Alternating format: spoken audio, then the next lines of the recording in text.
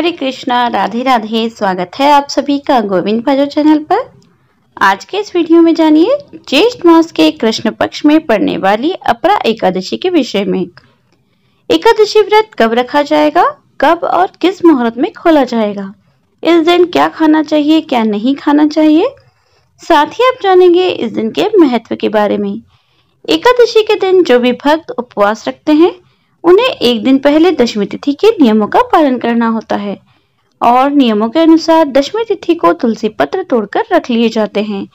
अगर ऐसे में दशमी तिथि को रविवार का दिन पड़ता है तो उससे भी एक दिन पहले शनिवार के दिन ही तुलसी पत्र तोड़कर रख लेना चाहिए और फिर बाद में एकादशी और द्वादशी तिथि को गंगा जल से धोकर उन्हें विष्णु भगवान के भोग में अर्पित करना चाहिए, क्योंकि विष्णु भगवान बिना तुलसी पत्र के अपना कोई भी भोग स्वीकार नहीं करते हैं।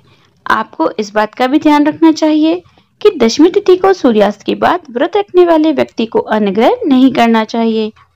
एकादशी के दिन सुबह विधि विधान से पूजा करके निराहार रहना चाहिए।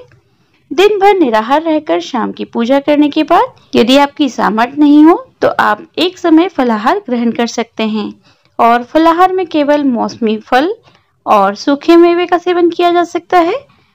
और यदि आपकी सामर्थ्य ना हो तो आप एक समय शाकाहार भी कर सकते हैं। भूलकर भी व्रती को इस दिन शहद का सेवन नहीं करना चाहिए, न ही किसी प्रकार के अन्न का सेवन करना चाहिए। एकादशी के दिन घर में चावल या चावल से बनने वाली किसी भी वस्तु का सेवन परिवार के किसी भी सदस्य को नहीं करना चाहिए। द्वादशी तिथि को विधि विधान से भगवान विष्णु का एक बार फिर से पूजन करके दान में दी जाने वाली सामग्रियों की पूजा करके दान देने के बाद ही शुभ मुहूर्त के अंदर ही अपना उपवास खोलना चाहिए। एकादशी के दिन तुलसी जी में जल भी अर्पित नहीं किया जाता है और महिलाओं और कन्याओं को इस दिन सर से स्नान भी नहीं करना चाहिए। तो आप एक दिन पहले ही तुलसी जी में जल अर्पित कर दें और जो महिलाएं और कन्याएं इस दिन व्रत रखना चाहती है उन्हें एक दिन पहले ही सर से स्नान कर लेना चाहिए। व्रत के दिन भगवान विष्णु की पूजा में पीले रंग की वस्तुओं का ज्यादा से ज्यादा इस्तेमाल करना चाहिए और द्वादशी तिथि को भी किसी न किसी पीली सामग्री का दान देना शुभ होता है, जैसा कि आप हल्दी या पीले वस्त्रों का या फिर पीले फलों में केले और आम का दान भी कर सकते हैं। इस बार एकादशी की तिथि प्रारंभ होगी 2 जून रविवार की सुबह 5:05 से। इससे पहले तक दशमी तिथि रहेगी और एकादशी की तिथि समाप्त होगी 3 जून सोमवार की सुबह 2:41 पर। चूंकि एकादशी की तिथि इस बार 2 दिनों तक रहने वाली है, ऐसे में दोनों ही दिन एकादशी का उपवास रखा जाएगा। 2 जून रविवार को पड़ने वाला एकादशी का व्रत दशमी युक्त एकादशी का रहेगा और ऐसे में जो भी गृहस्थ जन है वे इस दिन उपवास रख सकते हैं। लेकिन जो वैष्णव लोग होते हैं जिन्होंने गुरु मंत्र की दीक्षा ली होती है उन्हें द्वादशी तिथि मिली हुई एकादशी का व्रत रखना उत्तम होता है। ऐसे में आप चाहें तो 2 जून रविवार का व्रत भी रख सकते हैं, लेकिन मोक्ष की प्राप्ति की इच्छा रखने वाले सभी भक्तों को द्वादशी तिथि युक्त एकादशी का व्रत रखना चाहिए। इसलिए इस बार 3 जून सोमवार को भी एकादशी का व्रत किया जाएगा, क्योंकि द्वादशी विशुद्ध एकादशी ही वैष्णव एकादशी कहलाती है। इस दिन भले ही एकादशी तिथि सुबह ही समाप्त हो गई हो, लेकिन यह एकादशी बहुत ही शुभ एकादशी मानी जाती है। व्रत रखते समय आपको इस बात का भी ध्यान देना चाहिए कि अगले दिन द्वादशी तिथि पर सुबह के समय पर हरिवासर न हो। यदि सुबह के समय पर हरिवासर होता है तो उस समय व्रत नहीं खोला जाता। हमेशा हरिवासर का समय समाप्त होने के बाद ही व्रत खोला जाता है। ऐसे में अगर आप 2 जून रविवार को एकादशी का व्रत रख रहे हैं तो आपको 3 जून को थोड़ा देर से व्रत का पारण करना होगा।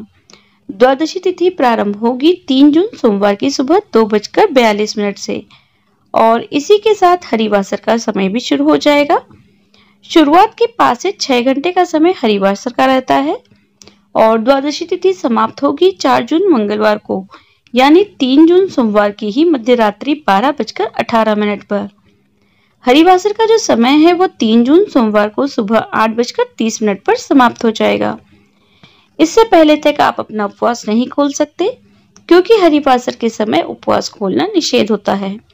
ऐसे में जिन्होंने 2 जून को एकादशी का उपवास रखा है उन्हें 3 जून सोमवार को सुबह 8:45 से 9:55 के बीच में एकादशी का उपवास खोलना उत्तम रहेगा। यदि किसी कारण से आप सुबह के समय उपवास न खोल पाए तो आप दोपहर 1 बजे से 3 बजे के बीच में अपना उपवास खोल सकते हैं। और जिन्होंने भी 3 जून सोमवार को वैष्णव अपरा एकादशी का उपवास रखा है, वो 4 जून मंगलवार को सुबह 5:44 से 6:25 के बीच में अपना उपवास खोलेंगे।